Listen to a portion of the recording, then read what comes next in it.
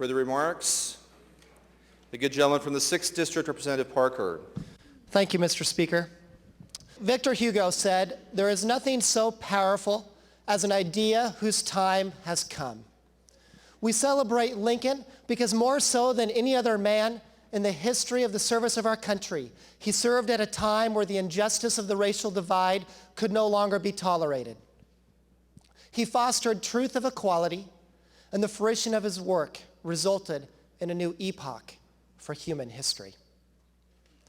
On January 1st, 1863, while a party of more than 1,000 guests ensued on the first floor of the White House, President Lincoln and his Secretary of State, Henry Seward, were up in his office, the room history would name the Lincoln bedroom.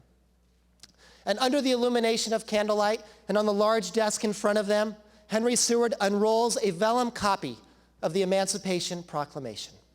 And in a scene made for the movies, President Lincoln picks up the pen only to set it back down. Henry Seward was wondering if the president was having second thoughts. Lincoln said, "I've been downstairs shaking hands for hours." He massages his right hand, lets time pass, and then as the strength returns, he scrolls that magical name, Abraham Lincoln, on the bottom of the parchment.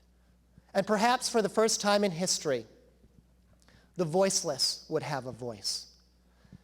And the reason that Abraham Lincoln, I would say, is my political role model, as so many of us in this room, is because he was willing to stand for others when no one else would.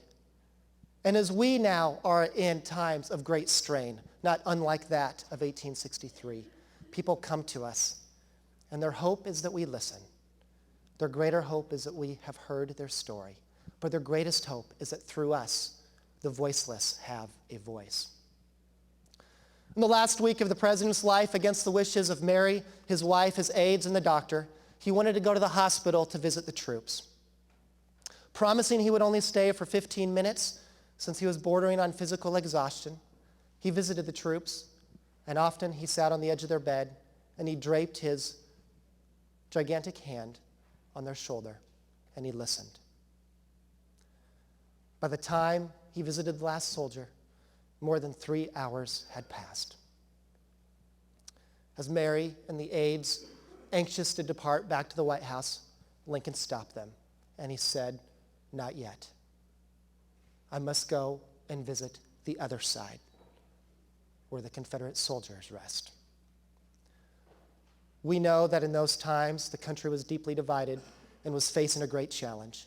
And as we now face the most tumultuous economy we've seen in 2 generations, we face our own great challenge.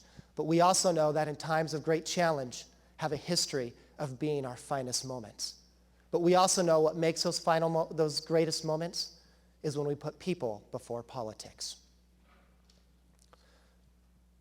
One of the most difficult things about Lincoln, personally, is that it's easy to embrace the idea of his life, yet fail to absorb the ideals of his legacy.